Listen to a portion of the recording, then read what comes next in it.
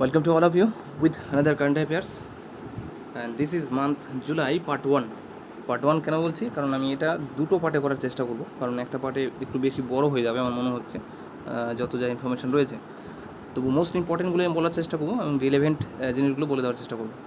তোমরা অবশ্যই প্রতিবারের মতো যেটা করে থাকো, ভিডিও হয়তো দেখে কেউ মিলিয়ে থাকো, পিডিএফটা সঙ্গে রাখবে কিংবা একবার চোখ বুলিয়ে নেবে, অর্থাৎ এর বাইরে অপশান তোমরা এটা বারবার করে দেখলেও সেটাও হয়ে যাবে, অসুবিধা নেই।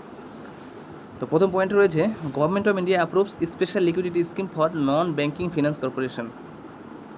নন ব্যাঙ্কিং ফিনান্স কর্পোরেশন বলতে কোনগুলোকে বুঝি? টাইপ অফ ব্যাঙ্কস, ব্যাংকের মতোই কাজ করবে, কিন্তু তাদের ক্যাটাগরাইজড করা হবে ডিফারেন্টলি। অর্থাৎ ব্যাংকের যে সুবিধাগুলো মেনলি একটা ব্যাংক যেটা পেয়ে থাকে, সেই সুবিধাগুলো এই নন ব্যাঙ্কিং ফিনান্স কর্পোরেশন পাবে না। তাই নন ব্যাঙ্কিং কোনগুলো? যেমন ধরো কিছু কিছু ব্যাংকের মানে ব্যাংকের মতো কাজ করছে, এটিএম আছে কিন্তু তার ব্যাংক নেই, যেমন মুথুট ফিনান্স এটিএম পাবে, ব্যাংক নেই। তারপর টাটা রয়েছে, টাটার এটিএম পাবে, ব্যাংক নেই, কিন্তু এদেরকে আমরা ব্যাংক হিসেবে বলি, এটাকে বলি নন ব্যাঙ্কিং। ওকে, নন ব্যাঙ্কিং ফিনান্স কর্পোরেশন, এরকম অনেকগুলো রয়েছে ভারতবর্ষে। তো সেই সব ব্যাংকদের জন্যই মেনলি এই 30,000 কোটি টাকার দেওয়ার প্ল্যানিং করেছে গভর্নমেন্ট। এবং এখানে একটা ক্রাইটেরিয়া দেখতে হবে তোমাদের, সেটা হচ্ছে 6% এনপিএ, অর্থাৎ non performing asset should not be more than 6% on March 2019 31 March পর্যন্ত দেখবে যে কোনো ব্যাংকের এনপিএ যদি 6%-এর বেশি না হয়। এনপিএ বলতে কি বুঝি? NPA non performing asset. NPA বলতে বুঝি আমরা কোনো একটা ব্যাংকের কাছ থেকে তুমি লোন নিয়েছো, অর্থাৎ লোন নেওয়ার ফি দেওয়ার ডেট ছিল তোমার জানুয়ারি 1, তার থেকে 90 দিন হয়ে গেছে, অর্থাৎ ফি দেওয়ার টাইম 90 দিন পার হয়ে গেছে, অর্থাৎ এখান থেকে ডাউট শুরু হবে, ডাউটফুল অ্যাসেট হবে, মানে স্ট্যান্ডার্ড অ্যাসেট বলা যায় এটাকে। দেন এগেইন 3 মান্থ পার হয়ে গেলে সাব স্ট্যান্ডার্ড হবে, 12 মান্থ পার হয়ে গেলে সেটাকে ডাউটফুল অ্যাসেট হিসাবে তৈরি হয়। তো এরকম করে ক্যাটাগরাইজ করা হয় নন পারফর্মিং অ্যাসেটের। বিভিন্ন ক্রাইটেরিয়া রয়েছে, সেগুলো তোমরা ইকোনমিক্সে ডিটেলস পড়তে পারবে, অসুবিধা নেই, আশা করি অনেকেই জানো, ম্যাক্সিমাম স্টুডেন্টই জানো। তো সেই এনপিএর সংখ্যাটা যদি কোনো ব্যাংকের 6%-এর বেশি হয়, মানে 6% মানে তার ব্যাংকের যত টাকা আছে সেই টাকার 6%-এর কথা বলা হচ্ছে। তো যদি বেশি হয় তাহলে সেই ব্যাংকে দেওয়া হবে না, দিস ইজ দ্য ক্রাইটেরিয়া। ওকে, আর এর বাইরে খুব একটা বেশি দেওয়া হবে না। এটা ব্যাঙ্কিং পরীক্ষার জন্য মোস্ট ইম্পর্টেন্ট, সত্যি কথা বলতে, কারণ এত লিকুইডিটি বুস্ট করা হচ্ছে গভর্নমেন্ট তরফ থেকে ইকোনমিক রান করার জন্য, কিন্তু তার সত্ত্বেও ইকোনমিক্সের অবস্থা কি দেখতেই পারছো। আজকে প্রেজেন্টে, মানে আজকে আমি 1 সেপ্টেম্বরে ভিডিও করছি, যত রিপোর্ট আমি দেখেছি 3.9% মাইনাস জিডিপি গ্রোথ রেট। এর রিজন অনেকগুলো, সে মাইনাস হবে সেটা তো আমরা আগে থেকেই জানতাম, কারণ করোনার সিচুয়েশন যা ছিল, বাট সেটাও মেনে নেওয়া যায়। বাট রিসেন্টলি যেটা ট্রেন্ড চলছে বেকারত্বের বিষয়, সত্যি কথা বলতে এটা একদম দরকার। বেকারত্বের জ্বালা থেকে সবার ক্ষেত্রেই, আমি এক পার্টিকুলার পার্সনের কথা বলছি না, গভর্নমেন্টের তরফ থেকে যে ডিলেগুলো হচ্ছে, যে মুভমেন্টটা চলছে, যে কারণে ডিজিটাল স্ট্রাইক বলতে পারো, তো it's a logical. I think সবাইকে এটা পার্টিসিপেট করা উচিত, সে গভর্নমেন্ট যেই হোক না কেন। যখন মানে যুবক অর্থাৎ ইউথদের সাথে খেলবে, এটা তো মেনে নেওয়া যায় না। পৃথিবী সাক্ষী রয়েছে, এনপি অর্থাৎ জয়প্রকাশ নারায়ণ আমাদের মুখ্য লিডার একটা সময় ছিল, যে কোনো দিনও স্বার্থের জন্য পলিটিক্স করেনি, অলওয়েজ যে কোনো সময় যে কোনো পোস্ট পেত। সে ভারতবর্ষ স্বাধীনতার সময় যা পোস্ট দিয়েছিল, মানে ওকে বলা হয়েছিল, প্রস্তাব দেওয়া হয়েছিল কোন পোস্টের জন্য ও রাজি। ও বলেছিল আমি পলিটিক্স করবো ঠিক, কিন্তু কোনো পার্টিকুলার পোস্টের আমার দরকার নেই। Anyway, that's a political matter. But এই সময় যেটা ডিজিটাল স্ট্যাক চলছে, বিকজ অফ জবলেস, এক্স্যাক্টলি। আরও সিচুয়েশন কী হচ্ছে ক্রিটিক্যাল, তোমরা জানতেই পারবে, একটু জাস্ট মানে খেয়াল রাখো, বুঝতেই পারবে। এনিওয়ে, দ্য নেক্সট পয়েন্ট রয়েছে, গভর্নমেন্ট অফ তামিলনাড়ু গভর্নমেন্টের সাথে ওয়ার্ল্ড ব্যাংকের একটা এগ্রিমেন্ট সাইন হয়েছে ফর হাউজিং প্রজেক্টের জন্য। কি সেটা হচ্ছে government of India, government of Tamil Nadu and world bank has signed a agreement for 2 years, 2 project. আর প্রজেক্টটা কি সেটা বেশি ইম্পর্টেন্ট নয়, কত টাকা? 250 মিলিয়ন। দেখো, এটা আমার তো মনে হয় না খুব একটা ইম্পর্টেন্ট, বাট তার সাথে এর সাথে রিলেটেড একটা ইম্পর্টেন্ট বলি, Tamil Nadu related. Tamil Nadu recently fishing প্রোডাকশানে ফার্স্ট ভারতবর্ষে। ফিশিং এতদিন পর্যন্ত আমরা কেরালাকে জানতাম, বাট রিসেন্ট রিপোর্ট অনুযায়ী Tamil Nadu was the first for fishing production, remember it. Okay, the next point চলে আসি, বাংলাদেশ ইন্ডিয়ার সাথে একটা এলপিজি জয়েন্ট ভেঞ্চারের প্রজেক্ট চলছে ইন্ডিয়ান বাংলাদেশের সঙ্গে 50-50 শেয়ারে জয়েন্ট ভেঞ্চার। কোথাও দেখবে পার্সেন্টেজ 50 না হয়ে 80-30 হয়, 80-20 হয়ে থাকে, 70-30 হতে পারে, বাট এখানে 50-50, জাস্ট এটা রিমেম্বার। মানে এলপিজি জয়েন্ট ভেঞ্চার, শেয়ারটা হয়তো আসতে পারে কোশ্চেন, কত পার্সেন্ট শেয়ার ছিল, 50-50 শেয়ার। আর ভেঞ্চারটা কী ছিল, এলপিজি, দ্যাটস ইট। এলপিজির শেয়ার করার জন্য হবে এটা মেনলি। এছাড়াও বাংলাদেশের যেগুলো রিসেন্ট আরও একটা এগ্রিমেন্ট ছিল আমাদের, মানে ব্রডগেজ রেলের ক্ষেত্রে, অর্থাৎ ডিজেল ইঞ্জিন যেগুলো হয় ট্রেনের, ব্রডগেজ ট্রেন যেগুলো চলে, সেগুলো টোটাল 10টা বোধ হয় ভারতবর্ষ থেকে ভারত দিচ্ছে বাংলাদেশকে।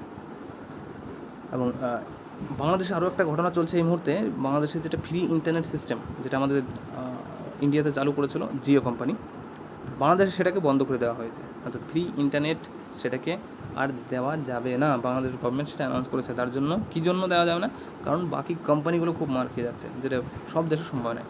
খুব রেয়ারলি কিছু কান্ট্রিতে ফ্রি ইন্টারনেট সিস্টেম রয়েছে, এবং পৃথিবীর মধ্যে সবচেয়ে সস্তা ইন্টারনেট ভারতবর্ষে রয়েছে। আর সস্তা হওয়ার জন্যই সুবিধাও যত রয়েছে তত অসুবিধাও আছে, অনেক ইলজিক্যাল জিনিস সবাই ইউজ করে থাকে। ডেটা ম্যাক্সিমাম ভারতবর্ষের একটা রিসেন্ট ডেটাতে দেখা গিয়েছে যে মোর দ্যান 90% ডেটা ইউজ হয় উল্টোপাল্টা কারণে, মানে আনএডুকেশনাল রিজনের কারণে এগুলো ইউজ করে থাকে মানুষ। অনলি 10% মানুষ শিক্ষার ক্ষেত্রে ইউজ করে ডেটা। হ্যাঁ, তবে লকডাউনের জন্য আরও বেড়েছে সেটা। ওকে, এছাড়াও বাংলাদেশে আরও একটা ইম্পর্টেন্ট ঘটনা, যেটা ডিজিটাল হাট বলে নতুন একটা প্রকল্প চালু করে, ডিজিটাল হাট। সেটা মেনলি বিভিন্ন রকম অ্যানিম্যালের মাংস পাওয়া যাবে, সে গরু হতে পারে কিংবা বিফ হতে পারে, অ্যানি অফ দিম। ডিজিটাল হাট একটা প্রোগ্রাম চালু করেছিল। এবং রিসেন্টলি একটা নিসর্গ নামে ঝড়ও হয়েছে, সেটা সবাই জানি। নিসর্গ সেটা তেমন একটা এফেক্টিভ কিছু হয়নি, গুজরাট এরিয়াতে হয়েছে। এই নিসর্গ ঝড়ের নামকরণ করেছিল বাংলাদেশ, অ্যান্ড সম্প্রতি এক্সারসাইজ আমরা বাংলাদেশের সঙ্গে করে থাকি। এই ছিল বাংলাদেশ এবং ইন্ডিয়ার কিছু related information. Then world bank approves 400 million for rejuvenation for Ganga রিভারের জন্য ওয়ার্ল্ড ব্যাঙ্ক আমাদের এর আগেও অনেকবার অনেক টাকা দিয়েছে, রিসেন্ট দিয়েছে এটা 400 million। বাট পরীক্ষার উপরে ডিপেন্ড করবে, হয়তো পরীক্ষার যা চান্স মনে হয় হয়ে যাবে পরীক্ষা, কিছু পরীক্ষা হতে পারে। কিছু মিনস ধরো নেট পরীক্ষা রয়েছে, নেটের সাথে ইউপিএসসির পরীক্ষার ডেটও দিয়েছে, অ্যাডমিটও দিয়ে দিয়েছে। আজকের ডেটে বলছি, অ্যাডমিটও আজকে থেকে রিলিজ করে দিয়েছে। তো সম্ভাবনা এখনও যে পরীক্ষা এনিহাউ যেভাবেই হোক পরীক্ষা তো নিয়ে নেবে, কারণ আছে অনেক কিছু, এখানে পলিটিক্যাল ম্যাটারও আছে, পরীক্ষা নিতে হবে তার কারণ, সেটা তোমরা পরে বুঝতে পারবে। এনিওয়ে, তো প্রিপারেশনটা হাই স্ট্যান্ডার্ড হিসাবে রাখতে থাকো, নাহলে পরে কিন্তু পস্তায়, প্রচুর পরিমাণে পস্তাবো, আগেই বলে দিলাম। তো ওয়ার্ল্ড ব্যাঙ্ক থেকে এছাড়াও আমাদের এই করোনার জন্য 1 বিলিয়ন অলরেডি আগে আমরা লোন পেয়েছি ওয়ার্ল্ড ব্যাঙ্ক থেকে, করোনার সিচুয়েশনের জন্য। আর এটা গঙ্গা নদীকে পরিষ্কার করার জন্য মেনলি, ক্লিন গঙ্গা বলতে পারি। The next point, Maharashtra related. Maharashtra government launches মহা জব পোর্টাল রিসেন্টলি লঞ্চ করেছে। এছাড়াও মহারাষ্ট্রে one of the most important একটা প্রজেক্ট, যেটা হচ্ছে প্রজেক্ট প্ল্যাটিনা।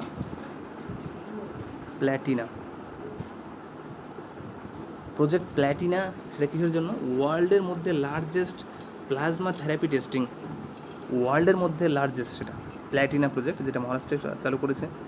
এবং ফার্স্ট স্টেট যে ইউজ করেছিল পাওয়ার লাইনকে ইন্সপেক্ট করার জন্য ড্রোন ইউজ করা হয়েছিল।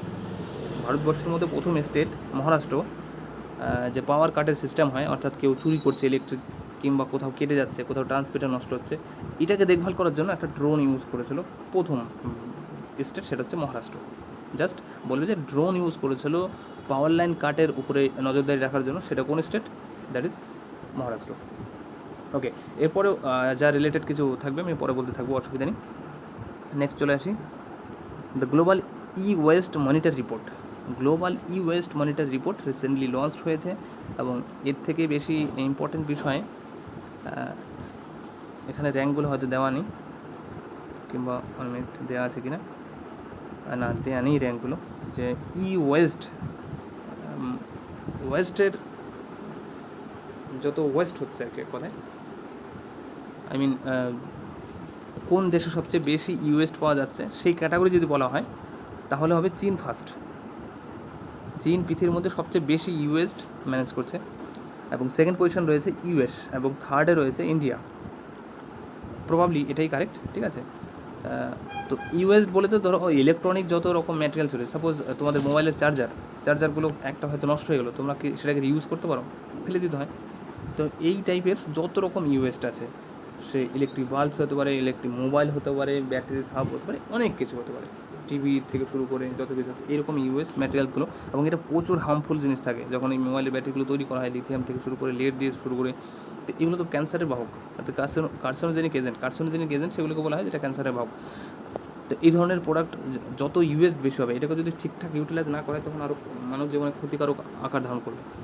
পৃথিবীর মধ্যে প্রথম যদি বলি ইউএসের জন্য চায়না। তো রিসেন্টলি রিপোর্ট পেশ করেছে, আমার মনে হয় না খুব একটা বেশি ইম্পর্টেন্ট, জাস্ট জেনে রাখো ইন্ডিয়া 3rd পজিশনে আছে ইউএসের দিক থেকে, চায়না ফার্স্ট, ইউএসএ সেকেন্ড।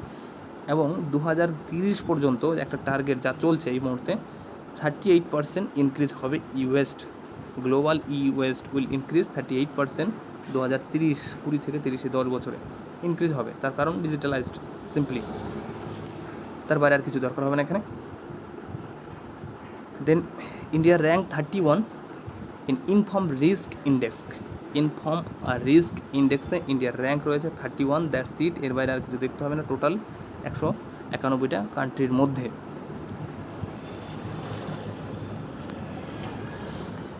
এবং এখানেও সেই একই জিনিস দিয়ে দেওয়া আছে, first Somalia, second Central African Republic. আর ইন্ডিয়ার র্যাঙ্কটা ইম্পর্টেন্ট, আর ফার্স্টটাও খুব রেয়ারলি কোশ্চেন কঠিন হলে হবে, ইন্ডিয়ার র্যাঙ্কটা অলওয়েজ শুধু ইম্পর্টেন্ট, বাকি আর দেখার দরকার নেই।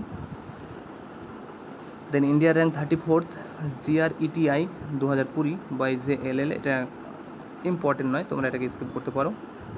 দেন আনাদার ইন্ডিয়ার rank 3rd in global manufacturing risk index, এটা important, this is important.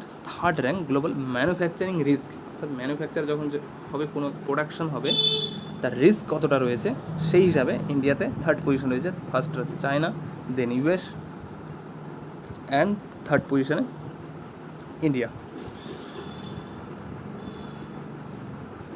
Next consumer protection act, very very important, এটা থেকে কোশ্চেন আসার সম্ভাবনা প্রচুর বেশি।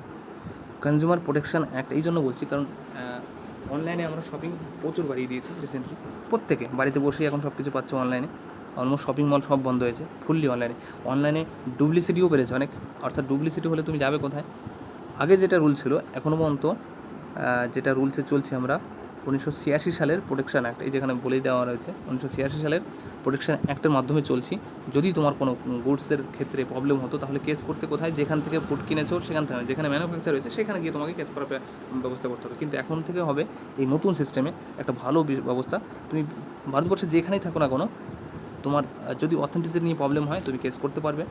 এবং আগে যেটা হতো, কেস করার জন্য সেপারেট কোনো অর্গানাইজেশন ছিল না, এবং এই প্রোটেকশন অ্যাক্টের মাধ্যমে সেপারেট অর্গানাইজেশন হবে, অর্থাৎ রেগুলেটিং বডি তৈরি হচ্ছে। রেগুলেটিং বডির সাথে একটা কোর্ট সিস্টেমও চালু হবে, সেপারেট কোর্ট, এই প্রোটেকশন রাইটের জন্য, কনজিউমার প্রোটেকশন রাইটের জন্য সেপারেট কোর্ট ব্যবস্থা হবে। অর্থাৎ নতুন কিছু চেঞ্জ নিয়ে আসছে এবার। কিন্তু এটা ইমপ্লিমেন্টেশনের টাইম পিরিয়ড বলে দেওয়া হয়েছে এখানে 20 জুলাই 2020 থেকে। যেমন জিএসটি চালু হয়েছিল 16 অ্যাক্টে 17 থেকে চালু হয়েছিল, সেরকমই 19 অ্যাক্ট 20 থেকে চালু হচ্ছে। বাট অরিজিনাল অ্যাক্টের রিলেটেড যদি কোশ্চেন হয় যে কনজিউমার প্রোটেকশন অ্যাক্ট 19, এটা কোন অ্যাক্টটাকে অ্যামেন্ড করা হয়েছে, তাহলে হবে 1986 অ্যাক্টটাকে অ্যামেন্ড করা হয়েছে। কনজিউমার প্রোটেকশন অর্থাৎ মানে সিম্পলি তোমরা বুঝতেই পারছো, যখন কিছু যে কোনো জায়গা, যে কোনো দোকান থেকে যখন কোনো আমরা গুডস কিনবো, অর্থাৎ মালপত্র যাই কিছু কিনবো, তার অথেন্টিসিটির উপরে তোমরা যে কোনো সময় কেস করতে পারো, লিগ্যালিটির উপরে। তোমার কাছে শুধু লিগ্যাল ডকুমেন্টস থাকতে হবে, তুমি যখন কিনবে তার একটা প্রুফ থাকতে হবে, দ্যাটস ইট। আর এই অনলাইনে তো সবার কাছে ডকুমেন্টস থাকবে, কোথায় দিয়ে এবং যেটা দেখে কিনবে সেটা যদি না হয় তবুও কেস করতে পারবে যে আমি এটা কিনেছিলাম, এটা এসছে, দ্যাটস ইট। এর বাইরে আর কিছু বেশি ইম্পর্টেন্ট হবে না। Then India successfully test fire ATGM Dhruvastra. দেখো এটা বেসিক্যালি যেটা আমাদের ছিল আগে Nag anti tank guided missile, সেটারই আপডেটেড ভার্সন। এটা অ্যান্টি ট্যাঙ্ক গাইডেড মিসাইল, সেটাকে আপডেট, অর্থাৎ আমরা যদি বলি এটা নাম হওয়া উচিত ছিল নাগ-2, বাট নাগ-2 না করে ধ্রুবাস্ত্র করে দেওয়া হয়েছে। আর বাকি ডিটেল তোমাদের সায়েন্সের টপিকে সেপারেটলি সায়েন্সের টপিকে থাকবে, সেটা করা হবে, অন্য ওয়েবসাইটে হয়তো করাবে সম্ভবত, সো ডোন্ট ওয়ারি। এখানে নাম অলরেডি নাগ হেলিনা বলে দেওয়া রয়েছে হেলিকপ্টারের ভার্সন হিসাবে, হেলিকপ্টার ভার্সন নাগ যেটা আগে থেকেই ছিল।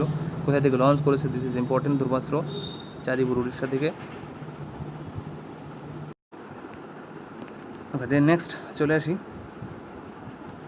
RBI release the financial stability report জুলাইয়ের। এটা দরকার হবে না, এই রিপোর্ট নিয়ে কোনো আমাদের মানে পরীক্ষার জন্য এই মুহূর্তে খুব একটা ইম্পর্টেন্ট। একসাথে ইকোনমিক্সে তোমাদের কোনো স্যারও ডিটেলস ডেটা দিয়ে দিচ্ছে প্রত্যেক মাসে, আমি দেখলাম। তো সেক্ষেত্রে এটা এখানে আর এক্সেস দেখার কোনো প্রয়োজন নেই। Union cabinet approves national Education policy. Yes, this is very much important. আমি 100% শিওর এখান থেকে পরীক্ষা তোমাদের থাকবে।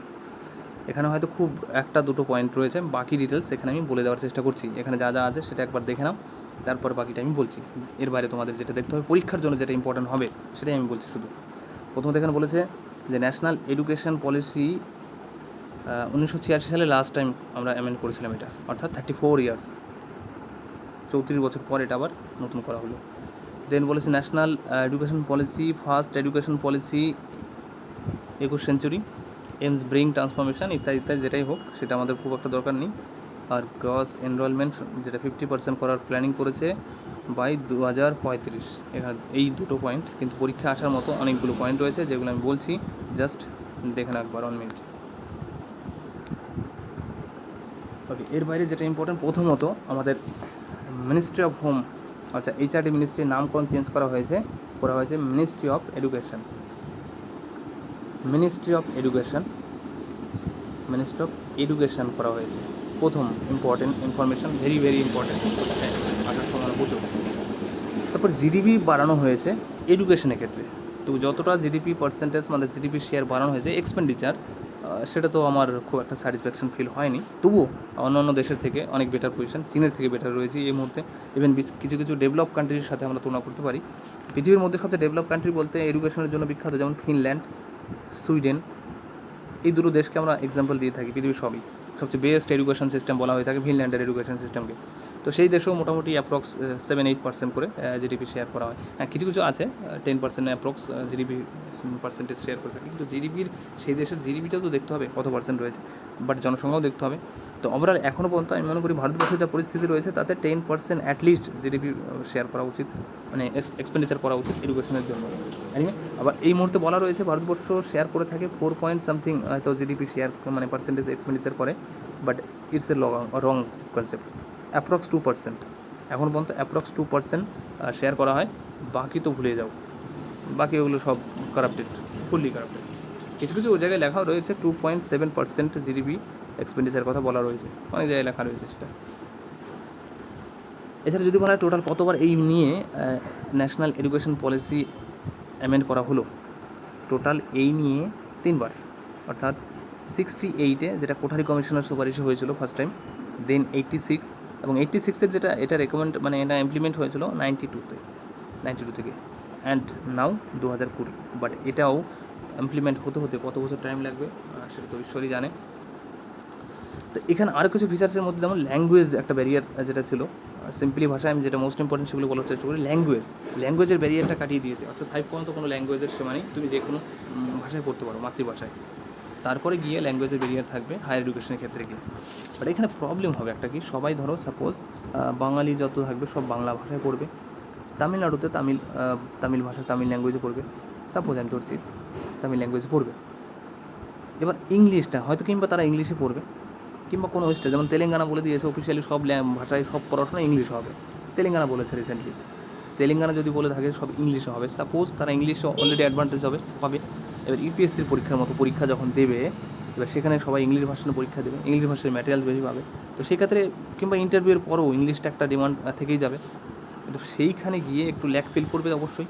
হ্যাঁ, একটা কথা অবশ্যই বলা হয় যে মাতৃভাষায় নলেজ তাড়াতাড়ি অ্যাকসেপ্ট করতে পারবে, কিন্তু পরবর্তীকালে একটু প্রবলেম হবে। সাপোজ তেলেঙ্গানার কোনো একটা ব্যক্তি বাংলায় এসে ওর পোস্ট হলো, তো তখন তো ওর ক্ষেত্রে বাংলা জানা ডিফিকাল্ট হবে। কিন্তু বাঙালি একজন পড়লো তেলেঙ্গানায় পোস্টিং চাকরির পরে গিয়ে, তখন ওর তেলেগু ল্যাঙ্গুয়েজ জানতে হবে, তেলেঙ্গানার ল্যাঙ্গুয়েজটা জানতে হবে। তো এই সব ব্যারিয়ারটা একটু প্রবলেম থাকতে পারে। ওকে, এটা একটা ল্যাঙ্গুয়েজের প্রবলেম থাকবে, কিন্তু তবুও দেখবে অনেক বেটার, অনেক মানে হাজার গুণে বেটার সিস্টেম এটা, নো ডাউট একটা ড্রিম প্রজেক্ট বলতে পারো, সবার জন্য একটা ড্রিম এডুকেশন সিস্টেম এটা। দেন সাবজেক্টের ব্যারিয়ার নেই প্রথমত, কারণ এখন ক্লাস 9 থেকে সাবজেক্ট চুজ করার অপশান রয়েছে, এবং যে কোনো সাবজেক্ট। তবে হ্যাঁ, এখানে একটা ক্রাইটেরিয়া অবশ্যই থাকবে, সাপোজ কেউ ম্যাথ এবং হিস্ট্রি নিয়েছে, ম্যাথ হিস্ট্রি নিতে পারবে, ম্যাথ হিস্ট্রি দুটো নিয়ে সে সঙ্গে হয়তো বললো যে পলিটি নিতে পারবে কিংবা ইকোনমি নিতে পারবে, এরকম কিছু ক্রাইটেরিয়া করে দেবে যে কোন সাবজেক্টের সঙ্গে কোনটা। তবে সায়েন্স, আর্টস, কমার্স সব সাবজেক্ট মিক্স করেই রাখা হবে। It's wonderful project. এছাড়াও যেমন এমফিল সিস্টেম উঠিয়ে দিয়েছে, এমফিলটাকে উঠিয়ে দেওয়া হয়েছে। এটার লজিক উঠিয়ে দেওয়ার পিছনে আমি মনে করি যে পারফেক্ট, আগেও ছিল না, এখনও নেই, কোনো প্রয়োজনীয় নেই আমার মতে। এছাড়াও বিয়ের ক্ষেত্রে যেমন 3 ইয়ার্সের কথা বলা হয়েছে, 3 ইয়ার্স এবং 4 ইয়ার্স দুটোই রয়েছে, তো সবাই জানো। গ্র্যাজুয়েশন সাপোজ এখানে আমি যেটা ডাউটটা ক্লিয়ার করার চেষ্টা করছি সেটা হচ্ছে WBCS এবং UPSC পরীক্ষা দেওয়ার জন্য কত বছরের এই গ্র্যাজুয়েশন কোর্স করতে হবে? 3 ইয়ার্স, মেনলি 3 ইয়ার্স। 4 ইয়ার্স তাদের জন্য যারা PhD করতে চায়, যারা রিসার্চে যেতে চায়। যদি 4 ইয়ার্সের রিসার্চ নাও করে থাকে তাহলে মাস্টার ডিগ্রি তাদের 2 বছর করতে হবে, আর যারা 4 বছরের গ্র্যাজুয়েশন করবে তাদের 1 বছর মাস্টার ডিগ্রি করলেই পরবর্তীতে PhD করতে পারবে। অর্থাৎ রিসার্চ লাইনে যারা যেতে চায় তাদের জন্য রয়েছে 4 ইয়ার্স ডিগ্রি, দ্যাটস ইট। আর প্রত্যেক বছরই একটা করে সার্টিফিকেট পাবে, যেমন 1 বছর পর যদি ছেড়ে দেওয়া হয়, ছেড়ে দেওয়া মিনস ও যদি পড়তে না চায় সার্টিফিকেট পাবে, 2 বছর পর যদি ছেড়ে দেয় তাহলে ডিপ্লোমা পাবে, 3 বছর পরে একদম গ্র্যাজুয়েশন সার্টিফিকেট পাবে। এই ছিল ক্রাইটেরিয়া।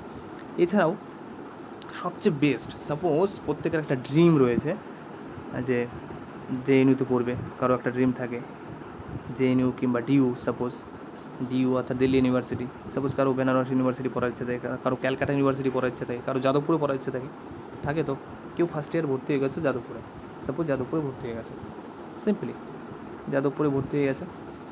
এবার প্রথম বছর যাদবপুরে পড়ার পর ভাবলে যে পরের বছর গিয়ে আমি ক্যালকাটা ইউনিভার্সিটি গিয়ে পড়বো, ডেফিনেটলি পারবে ক্যালকাটা ইউনিভার্সিটি পরের বছর গিয়ে পড়লে।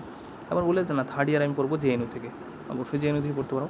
তো প্রত্যেক বছরে একটা ক্রেডিট যোগ থাকবে, তো অর্থাৎ তোমার অনলাইনে সিস্টেম থাকবে, তুমি যাদবপুর থেকে প্রথম বছর কত ক্রেডিট পেয়েছো এবং ক্যালকাটা থেকে কত ক্রেডিট, JNU থেকে কত ক্রেডিট পেয়েছো, লাস্টে ফাইনালে তোমার সার্টিফিকেটে সেটা শো করবে। এবং এরপর থেকে ইন্টারভিউয়ে তোমাদের খাতা কলম কাগজ টাগজ নিয়ে যেতে হবে না, ওদের কাছে নাম্বার থাকবে, একটা এনরোলমেন্ট নাম্বার, সেই নাম্বার দেখে ওরা বুঝে যাবে, তোমরা জেনে যাবে যে তোমার কত নাম্বার হয়েছে, কত পার্সেন্ট পেয়েছে, কত স্কোর হয়েছে।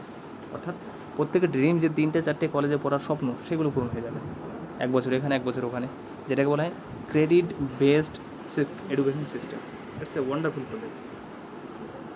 এবং আর ইম্পর্টেন্ট বিষয়ের মধ্যে যদি বলি তাহলে বাকি থাকলো আর কি, কোন কমিটির সুপারিশ হয়েছে? কস্তুরী রঞ্জন কমিটি। এটা আমি কয়েকটা গ্রুপে লিখিয়েছি অফলাইন ক্লাসে। কস্তুরী রঞ্জন কমিটির সুপারিশেই এই এডুকেশন সিস্টেম এসছে। আর এর আগেও একটা কমিটি হয়েছিল, আমি ভিডিওতে অলরেডি বলেওছি তোমাদের সব ডিটেলস, এগুলো আর বাকি কিছু বলছি না। সো এরপর আর আশা করি ডাউট থাকার কথা নেই। এর বাইরেও অনেক ছোটো ছোটো ফিচার্স রয়েছে, যে ফিচার্সগুলো পরীক্ষা আসতেও পারে নাও আসতে পারে, বাট আপাতত এইটুকু জেনে রাখো, এর বাইরেও অনেকটা পাবো। ওকে,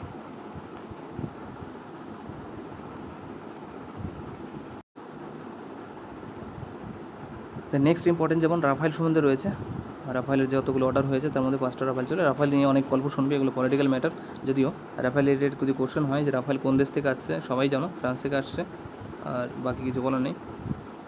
বাকির মধ্যে যদি ইম্পর্টেন্ট কিছু হয়, রাফায়েল কোন দেশ থেকে, কোন কোম্পানি, অর্থাৎ ডাসল্ট এভিয়েশন থেকে তৈরি হচ্ছে। এর বাইরে রাফায়েল রিলেটেড আপাতত নেই, বাকি আপডেট যখন হবে আমি বাকি ডিটেল করে দেবো। অনেকবার অলরেডি পরীক্ষা অলরেডি এসেওছে, বাট সেটা অনেকটা হিস্ট্রি হয়ে গেছে, টাইপ অফ হিস্ট্রি বলতে পারো। কতগুলো টোটাল আসবে সেটাও সবাই জানো। ডেলিভারি কতগুলো, 36টার কথা চলছে আপাতত, 21-এর মধ্যে সেটা ডেলিভারি হবে।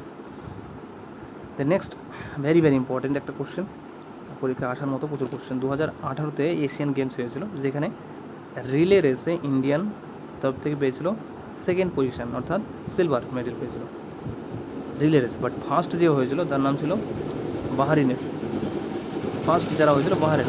বাট ফার্স্ট যে হয়েছে তা ড্রপিং টেস্টে ধরা পড়েছে এবং তাকে 4 বছরের জন্য ব্যান করে দেওয়া হয়েছে। অর্থাৎ ফার্স্ট যে ছিল সে ব্যান্ড হয়ে গেছে, তো অটোমেটিক্যালি ইন্ডিয়ার সিলভার মেডেল আপগ্রেড হয়ে গেছে গোল্ড, অর্থাৎ ফার্স্ট পজিশন 2018।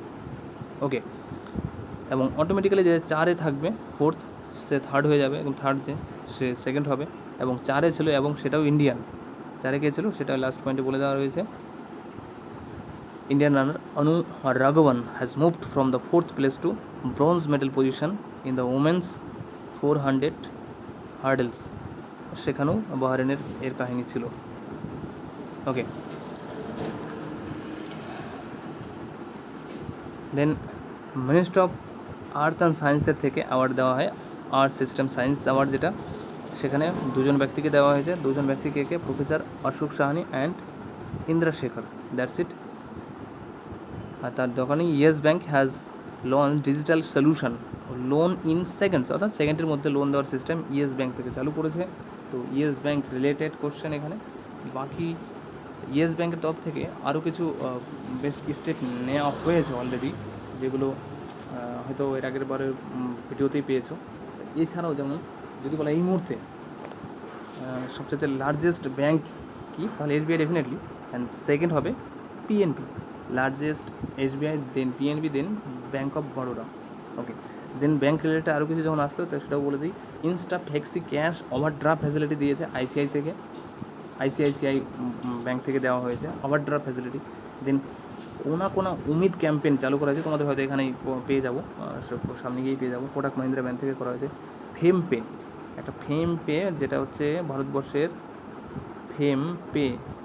ভারতবর্ষের ফার্স্ট কার্ডলেস, অর্থাৎ নাম্বারলেস কার্ড, নাম্বারলেস যেখানে নাম্বার নেই। আমাদের যেমন ব্যাংকের একটা কার্ড নাম্বার আছে, এটিএম কার্ডের নাম্বার রয়েছে, এখানে কোনো নাম্বার থাকবে না, ফেম পে থেকে চালু করেছে, সেটা ফার্স্ট।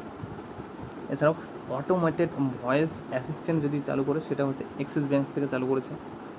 তো এগুলো হয়তো কিছু কিছু জিনিস সামনে কেউ পেয়েও যাবো, যেগুলো ইম্পর্ট্যান্ট আমি সেগুলো বলে দিচ্ছি এখানে পরের পয়েন্টে। যেমন সেটা রয়েছে Fino Payment Bank Limited launch Bhavishyat savings account, Fino Payment Bank থেকে করা হয়েছে। ইম্পর্ট্যান্ট, যারা ব্যাঙ্কের পরীক্ষা দেবে definitely important. The Reserve Bank of India agreement with currency swap agreement শ্রীলঙ্কার সাথে, কত টাকার কারেন্সি সোয়াপ এগ্রিমেন্ট, কীরকম টাইপের কারেন্সি সোয়াপ? সাপোজ ভারতীয় কোনো ব্যক্তি শ্রীলঙ্কাতে বিজনেস করতে গেছে, এবার কী হয়, কারেন্সি সোয়াপ এগ্রিমেন্ট, আমরা 100 টাকা নিয়ে গেলে শ্রীলঙ্কার যে ভ্যালু, সেই ভ্যালু হিসাবে আমরা সেখানকার টাকা পাবো, তাই না? আবার শ্রীলঙ্কার ব্যক্তি আমাদের দেশে যখন আসবে, সেই ভ্যালু হিসাবে এখানকার টাকা ওরা পাবে। কিন্তু কারেন্সি সোয়াপ এগ্রিমেন্টের ক্ষেত্রে ইকুয়ালি ট্রিট করা হবে, অর্থাৎ যত টাকা ওখান থেকে নিয়ে আসবে, এখান থেকে যত টাকা, সেটা ইকুয়ালি পার্টিকুলার কিছু ক্রাইটেরিয়া থাকবে, সেই ক্রাইটেরিয়া মেনটেন করে করা হবে। অর্থাৎ কারেন্সি সোয়াপ সিস্টেমের মিনিং তোমরা বুঝতেই পারছো। ওকে, শ্রীলঙ্কার সাথে করা হয়েছে, সেটুকু মনে রাখলেই হবে। দেন বিজনেস রিলেটেড কিছু কারেন্ট অ্যাফেয়ার, যেমন Google to buy 7.73% stake in Reliance Industries Limited, অর্থাৎ জিওর শেয়ার কিনেছে গুগল 7.7%। এর আগে ফেসবুক কিনেছিল কত পার্সেন্ট? 9.9%। ফেসবুক কিনেছিল, 7.73% কিনলো গুগল, জিও কোম্পানির সাথে লঞ্চ করছে। অর্থাৎ জিওর যেটা আলটিমেট সলিউশন ধীরে ধীরে ডেভেলপ করছে। সলিউশন মিনস যেটা প্রত্যেকের ডিমান্ড চলছে, ভারতীয় কোনো কোম্পানি ডিজিটালাইজড কিছু একটা নিয়ে আসবে, অনেকেরই আশা, হয়তো অনেকে আবার ডিসরেসপেক্টও করে থাকবে, অনেকেই করে আছে। ইন্ডিয়ার first network for the teenagers fame pay, যেটা একটু আগে বললাম, ফেম কার্ড যেটাকে বলছি, নাম্বারলেস কার্ড ভারতবর্ষে প্রথম। দেন অ্যাক্সিস ব্যাঙ্ক বহুত জরুরি হ্যাঁ ফর ফার্মার, মহারাষ্ট্র থেকে লঞ্চ করেছে ফর জেনারেল ইন্স্যুরেন্সের জন্য, খুব একটা ইম্পর্টেন্ট নয়, তবু আমাদের মহারাষ্ট্র গভর্নমেন্টের জন্য ইম্পর্টেন্ট। ওয়েস্ট বেঙ্গল গভর্নমেন্টের যেগুলো পরীক্ষা হবে সেগুলোর জন্য অবশ্যই নয়। অ্যান্ড দেন ইন্টারন্যাশনাল কারেন্ট অ্যাফেয়ার্সে Michael Martin has been elected as new prime minister of Ireland, এটা একটা অবশ্যই দেখবে। আয়ারল্যান্ডের সাথে অনেক ঘটনাই রিসেন্টলি ঘটছে। দেন প্রেসিডেন্ট অফ আইসল্যান্ড, এগুলো আপাতত পাকিস্তান আর্মি হ্যাজ অ্যাপয়েন্টেড, এটাও খুব একটা দরকার নেই। হ্যাঁ, এরপরে যেটা ইম্পর্টেন্ট আমি সেটা বলে দিচ্ছি।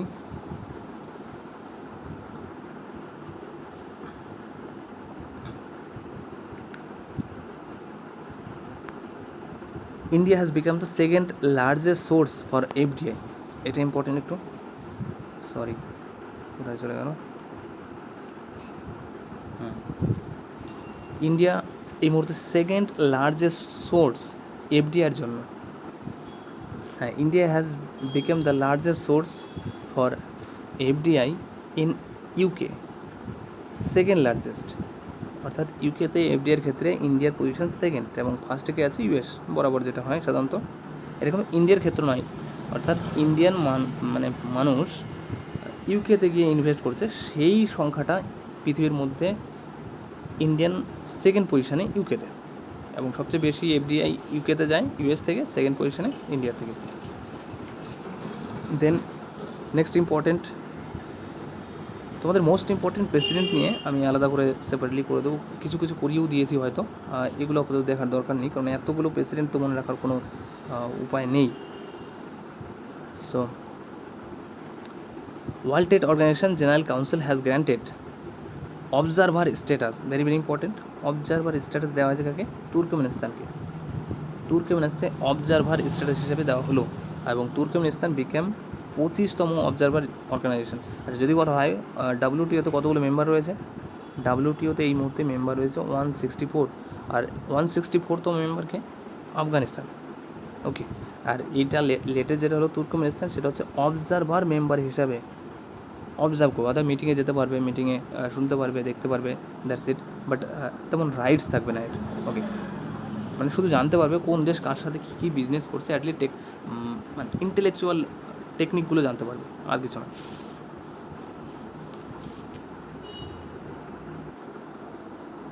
ওকে, দেন নেক্সট রয়েছে Hichem Mechichi has been appointed as the new prime minister of Tunisia. এই মুহূর্তে আমি ইম্পর্টেন্টের মধ্যে ধরছি না, but you can leave this one. Anyway, এই পর্যন্তই থাক আপাতত এই ভিডিওতে। নেক্সট পার্টে বাকি ভিডিওগুলো মানে বাকি টপিকগুলো করানোর চেষ্টা করছি, কারণ আমি চাইছি ছোটো ছোটো ভিডিও করতে। সে যদি নেক্সট পার্টে কমপ্লিট করতে না পারি তাহলে আরও একটা পার্ট করবো, তবে হ্যাঁ, আই হোপ নেক্সট পার্টে কমপ্লিট করে দেওয়া হবে। ওকে, থ্যাংক ইউ।